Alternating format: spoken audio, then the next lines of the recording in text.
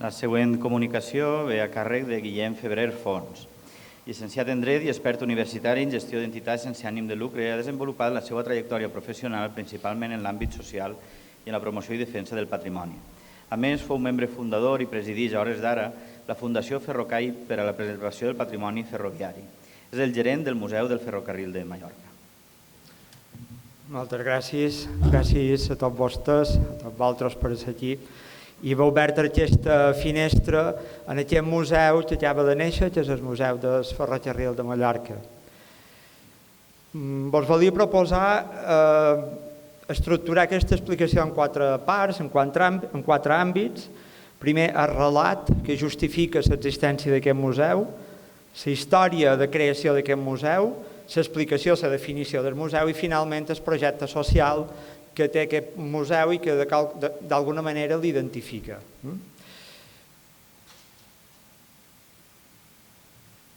La història d'un museu. Jo crec que aquest museu té una llarga història, una història de 20 anys, i a la vegada jo crec que és la història de les claus angleses. I vos explicaré per què. Quan varen començar, d'haver l'any 2005, dins el que era l'Associació d'Amics del Ferrocarril de Mallorca, com vos podeu imaginar, no en teníem ni idea de com recuperar patrimoni i molt manco de com fer un museu. Per tant, el primer que vàrem fer va ser anar a veure, a conèixer algú que ja havia iniciat aquest camí, que era el Museu del Ferrocarril de Galícia.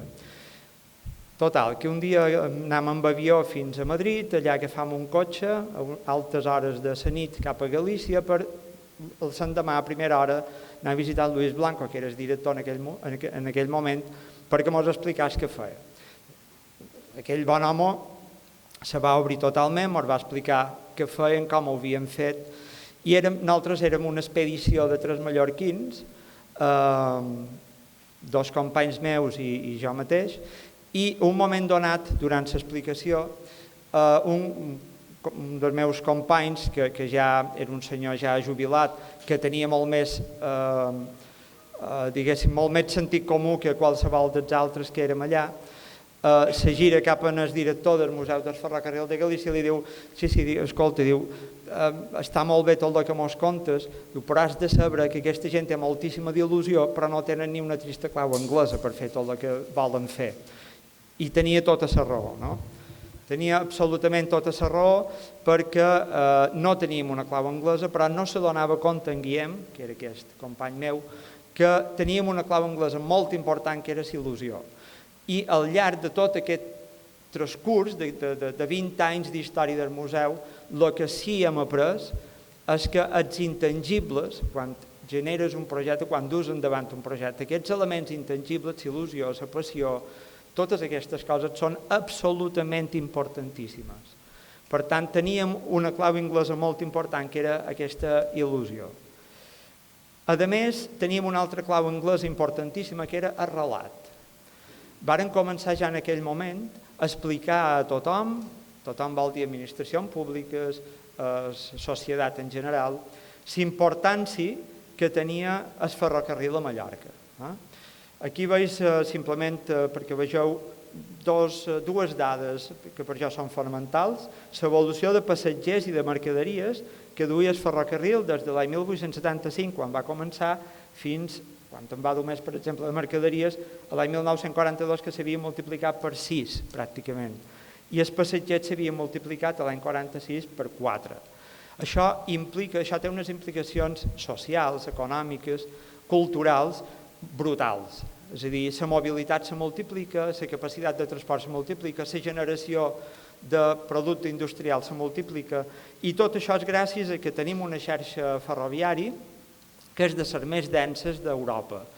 Té una densitat el doble que l'espanyola, superior a la catalana i pràcticament superior inclús a l'Alemanya, i això implica que tota aquesta xarxa ferroviària connecta Mallorca i, això ho dic jo, no sé si estaríeu d'acord, però Mallorca deixa de comportar-se com un continent i comença a comportar-se com una illa, perquè la meva padrina me contava que fins que era de Manacor, fins que va tenir 14 anys no va anar mai a Palma, la primera vegada que va anar a Palma tenia 14 anys. Per tant, això és el relat, la importància del relat d'aquesta segona clau anglesa que hi havia. I la tercera clau anglesa que teníem era el poc patrimoni ferroviari que s'havia conservat a Mallorca. A poc varen començar a recuperar aquest patrimoni a través d'escoles taller, a través de tallers d'ocupació i altre finançament que no provenia mai de cultura, curiosament, sinó de servei d'ocupació i d'innovació d'altres llocs, però que a poc ens van permetre al llarg d'aquests anys començar a recuperar tot això. Si haguéssim de definir un poc el roadmap d'aquest museu, seria més o menys aquest. L'any 2005 començàvem a recuperar material, l'any 2008 se crea la Fundació Ferrocarril, que és una entitat destinada, l'objectiu de la qual és la recuperació del patrimoni i la creació d'un museu. L'any 2010 tenim una gran oportunitat, que és el projecte de reobertura d'una antiga línia ferroviària de Manacor-Artà, i aquí ja se planteja la creació d'un tren històric en aquesta línia i l'edificació d'un espai per poder-hi resguardar tot aquest patrimoni i la creació del museu. Finalment ve la crisi econòmica i aquest projecte no s'ha dut a terme. L'any 2016 tornem a tenir una altra bona oportunitat, que és un projecte finançat per ITS, per Impost de Turisme Sostenible, que no me demaneu per què, perquè jo tampoc us sabria explicar, no se va arribar a executar. I l'any 2023 arriba la gran oportunitat, un projecte finançat amb fons Next Generation, on s'inverteixen pràcticament 3.900.000 euros, i aquí sí que se crea la primera fase del museu, que és la que ara s'ha creat, i ara estan fent feina en la segona fase, que és la creació de 4 quilòmetres de via entre l'actual museu de Sant Carrió fins a Sant Llorenç, perquè part d'aquest patrimoni històric pugui circular per allà. Ens autoimposam 5 premisses fundacionals. Primera, la creació d'un ferrocarril històric. Segona, que sigui compatible amb la via verda que ja hi ha actualment per evitar, és a dir, per donar més valor també a tot aquest espai, que la infraestructura sigui aprofitable per una futura reobertura comercial de la línia, l'aplicació de noves tecnologies que incorporin aquell patrimoni que ja s'ha perdut, que és una de les senyals d'identitat de l'actual museu, i finalment que econòmicament sigui sostenible. Quina és la definició d'aquest museu? Com podem definir aquest museu, aquesta primera fase de museu que ja s'ha creat? Primer, el context. Està ubicat en un context plenament turístic, amb 70.000 places hoteleres en aquesta zona vermella que veus, que són 3 municipis, i 1.200.000 visitants anuals. Per tant, no només és l'espai, sinó també és el propi finançament. Els fons Next Generation eren precisament fons destinats a la implantació de projectes turístics i, a més, també està envoltat, agombolat per una política municipal basada precisament en el patrimoni i en el patrimoni industrial. Tenim l'Auditori de la Màniga, que ja fa anys que se va crear i és un lloc emblemàtic en quant a generació de cultura. Tindrà molt aviat el Mobrot, que en Lourdes el va explicar ahir, i també tenim ara que s'està creant el Centre d'Interpretació del Poblat Teleàtic de Sillot, un dels millors poblats teleàtics de Mallorca. I, evidentment, el Museu del Ferrocarril forma part d'aquesta política cultural municipal. Utilitzant un poc terminologia turística, el museu el que vol passar és del tot inclòs en els tots inclosos. Reservava per aquest moment l'explicació o la confessió que el Museu del Ferrocarril sempre ha tingut una vessant social importantíssima.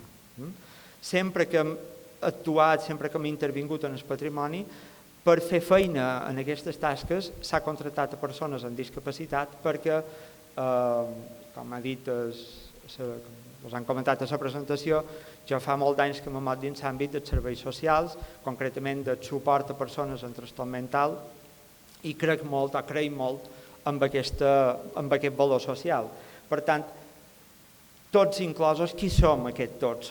Aquest museu vol incloure la nostra història, vol incloure el patrimoni, vol incloure les noves tecnologies, incloure la inclusió social, que és la que vos explicava ara, incloure el teixit econòmic, de tal manera que el teixit econòmic local també se beneficiï d'aquesta afluència de persones en el museu i vol incloure l'educació.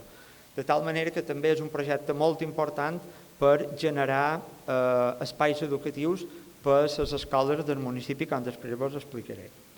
La proposta de valor recull totes aquestes activitats i serveis, que jo crec que són variades i molt importants, i se resumeix en 3 impactes: educació, coneixement i salut mental.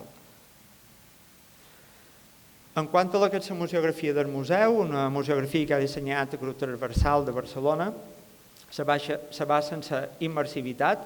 Després veureu una sèrie de fotografies i veureu què entenem per immersivitat, per la interactivitat, per tant, són moments per jugar, per conèixer jugant, per aprendre gaudint, potencia la col·lecció que ja hi ha i que s'ha recuperat al llarg d'aquests 20 anys, en el rigor dels continguts i sobretot també en la força del relat, com vos explicava ara fa un moment.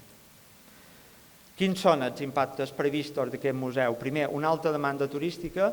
Els estudis que tenim, els estudis de demanda i el pla de negoci que se va elaborar ja en el procés de preparació del museu, preveuen quan hi hagi la segona fase executada, és a dir, quan el tren pugui circular en aquests 4 quilòmetres de via, uns 90.000 visitants anuals, un espai de reflexió important sobre el passat, present i futur de la importància i de l'impacte social, econòmic i social del ferrocarril, generar economia social, és a dir, crear llocs de feina per a persones amb discapacitat, impacte didàctic, després vos explicaré, impacte sobre l'economia local i rehabilitació patrimonial. I per això me permetreu que jo crec que la part que ara vos explicaré és una de les parts importants del museu, de les més importants, és el projecte social. Aquest projecte social l'havien d'incorporar a la gènesi del museu i l'havien d'incorporar a la gestió del museu. Per tant, el museu se gestiona, se van convèncer serveis ferroviaris de Mallorca, que és el propietari del museu, perquè licitàs la gestió del museu, però ho fes a través d'una licitació reservada, és a dir, una figura contractual pública, la qual només, en aquesta licitació, només se poden presentar centres especials de treball d'iniciativa social. Per tant, actualment se gestiona per 3 entitats, les 3 principals entitats que conformen una UTE de salut mental de Mallorca i té bàsicament com a objectius, dins l'àmbit social, evidentment, l'inserció laboral de persones amb discapacitat, la creació d'un projecte de formació dual per a la formació de joves i persones amb discapacitat i crear aliances estratègiques dins tot el que és el sector cultural i social de Mallorca per lluitar també contra l'estigma que està molt present encara a dins l'àmbit de la salut mental.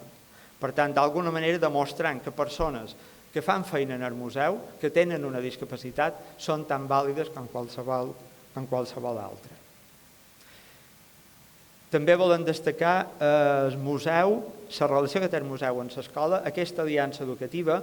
Durant el Covid, l'escola de Sant Carrió se va desplaçar físicament a la que era una cotxera plena de trastos, que seria el futur museu, i a partir d'aquí va néixer una relació d'amor, ho diria així, que va permetre generar tota una activitat didàctica i ha permès plantejar tota una activitat futura dins el propi museu. Visites educatives guiades pels propis alumnes, tallers didàctics també pels propis alumnes i oberts a tota la comunitat educativa de Mallorca i convertir el museu en aula d'història de l'escola, de tal manera que els alumnes se desplacen, és un projecte que ara ha de començar en el proper curs, se desplaçaran en el museu per fer classes de l'assignatura d'història. I ja ara, per acabar, si vos pareix, podríem fer una visita en el museu. Aquí veus, s'ha generat, diguéssim, un espai immersiu que imita una antiga estació de ferrocarril, on hi ha tots aquests elements històrics, tot aquest patrimoni històric, i apareixen tota una sèrie de personatges hologràfics que expliquen històries i que d'alguna manera expliquen quin era l'impacte del tren, del ferrocarril, a la societat, a l'economia i a la cultura de l'època. Aquí veus tota una sèrie de parets on se projecten aquestes imatges amb personatges que apareixen, que desapareixen, que expliquen, que conten, i tot això és gràcies precisament a aquesta tecnologia que incorpora el museu. Aquí veig també un dels cotxes de 1930, el car de Escoriassa, que s'ha restaurat a dins aquest procés de creació del museu i que ens permet fer un viatge fins a Palma, que els comentaris de la gent, dels visitants que té el museu, és que pareix realment que viatjant de veres. No faré més spoiler perquè el que ens agradaria és que visitássiu el museu i ho comprovàssiu personalment. Tenim també videomapping sobre aquestes locomotores de vapor que expliquen el funcionament d'una màquina de vapor i d'alguna manera donen a conèixer aquesta tecnologia, que és una de les funcions del museu, precisament és transmetre coneixements tècnics de com funcionaven els ferrocarrils i com funcionen actualment, que també s'incorpora a la fase final de la visita el funcionament actual dels ferrocarrils. Aquest és el ferrocarril de Mallorca, aquest és el museu que vos espera a tots, esperam algun dia veure-vos-hi, compartir amb vosaltres aquesta il·lusió i poder utilitzar aquesta clau inglesa que ens ha acompanyat al llarg de 20 anys i que ha estat fonamental, absolutament importantíssima perquè aquest museu fos una realitat, la clau inglesa de la il·lusió i de la passió. Gràcies.